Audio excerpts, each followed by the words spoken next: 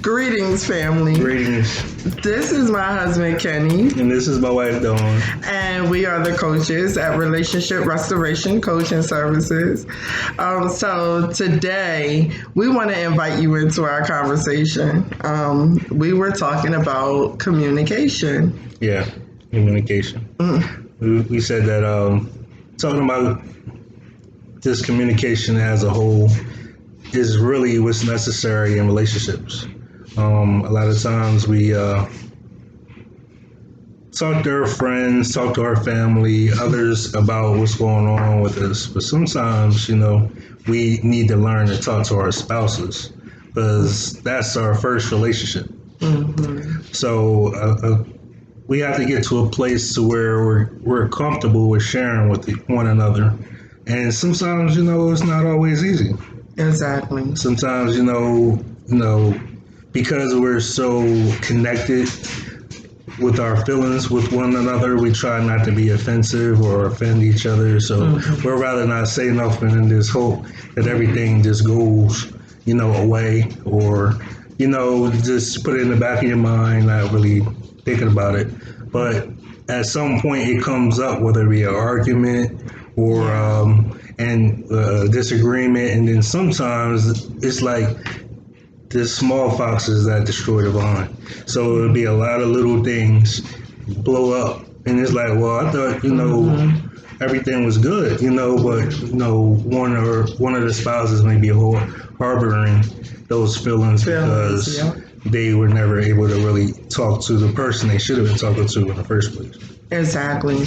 And then what happens is, you start to fight in an unfair way where now you're hitting below the belt, as we would say. Yeah. And, what started out really being a molehill now became an entire mountain. Yeah. And so we were just talking about how important it is to not wait until, we are in a place of just straight anger.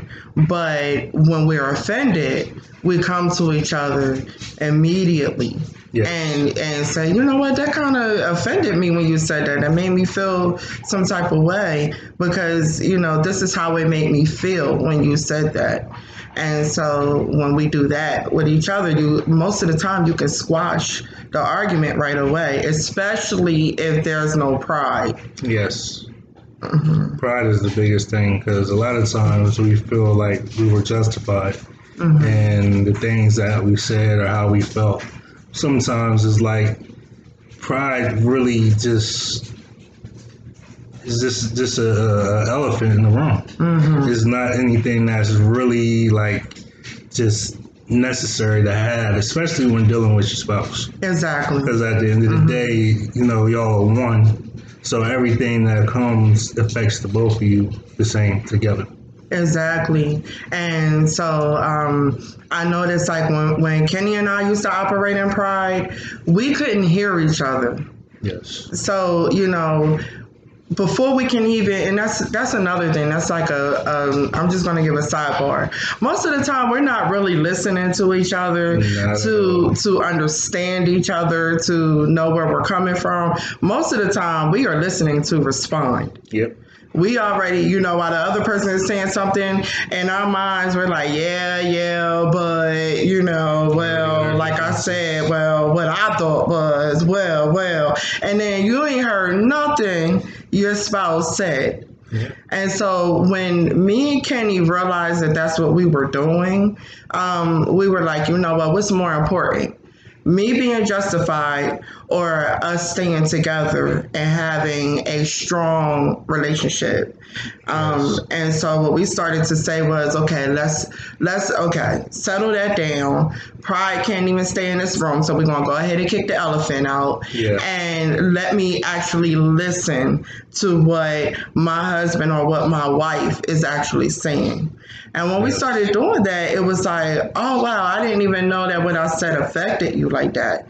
And I was able to say, oh, you know what? I didn't even mean to come off like that. Like, I hear what you're saying. I didn't even mean to come off like that. That wasn't my intent or my desire, And so let me rephrase what I said to make that more palatable for you, because sometimes we can be harsh and not even realize that we're being harsh. Especially when pride is involved, because we tend to care about our feelings as if we're separate. And what happens is you too busy defending yourself against your loved one versus realizing that it's okay to be vulnerable around them. And both of y'all should be at a place to where neither one wants to take advantage of each other. Exactly. Because at the end of the day, y'all won. So ultimately, allowing yourself to be vulnerable with each other and listening is the best way, I believe. Yeah. That we can actually, move forward in a better, overall relationship. And the funny thing, I was just thinking just now, what is the point in having a covenant relationship between you and I, right? If I don't even feel comfortable talking to you, if I, like we said, we said that we were going to be one with each other. What that look like, I can go to my friends and I can go to my family and I could go to whomever and talk about what's going on between you and I. Yeah. Like what is, that's just dysfunctional. Yeah. I should be able, if there's nobody else in the world, I should be able to be vulnerable with him. Yes. I should be able to come to my husband and be like, listen, this is what's hurting me. This is what's bothering me. This is what is affecting me, and know that I'm safe with him. Yes. Like it's a problem if you are married and you don't feel safe with each other. Yeah. And that's both sides. Sometimes women expect men to be strong because we're strong. We're built to lead. We're built to handle a lot of different things. But at the end of the day, we're still human. Exactly. We have emotions. We have feelings. And we might not like to talk about it, but certain people, especially our spouses, are the only ones that we're able to really be vulnerable with. And those are the, your spouse is who has your heart. Exactly. So, exactly. By default of your spouse having your heart, she should be able to see and understand and try to function in a way to where a man can speak freely and not be offended by what he says. Exactly.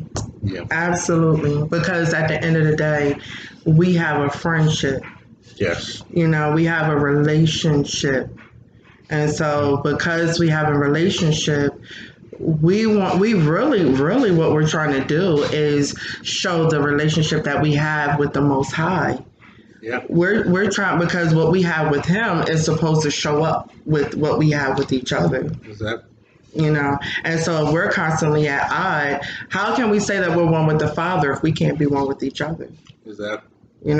And we submit to Yah. So submitting to Yah, meaning that we submit to his authority, we submit to his sovereignty. And it's like, okay, if we're submitted in that relationship, in that covenant, how can we not be submitted to each other? It'll be easy to submit to one another. Yeah. Yeah. So, we just wanted to invite you in that snippet of our conversation, and I hope that this has been very fruitful and, very beneficial to you and into your hearing. And if you enjoyed this video, feel free to like and share it. Yeah. And you can also follow us on Facebook. We're under Relationship Restoration Coaching Services. And we're also on Instagram. And so you'll find us at relationship_coaches on Instagram. So it has been a pleasure once again. And we hope to see you the next time. Shalom, family. Shalom.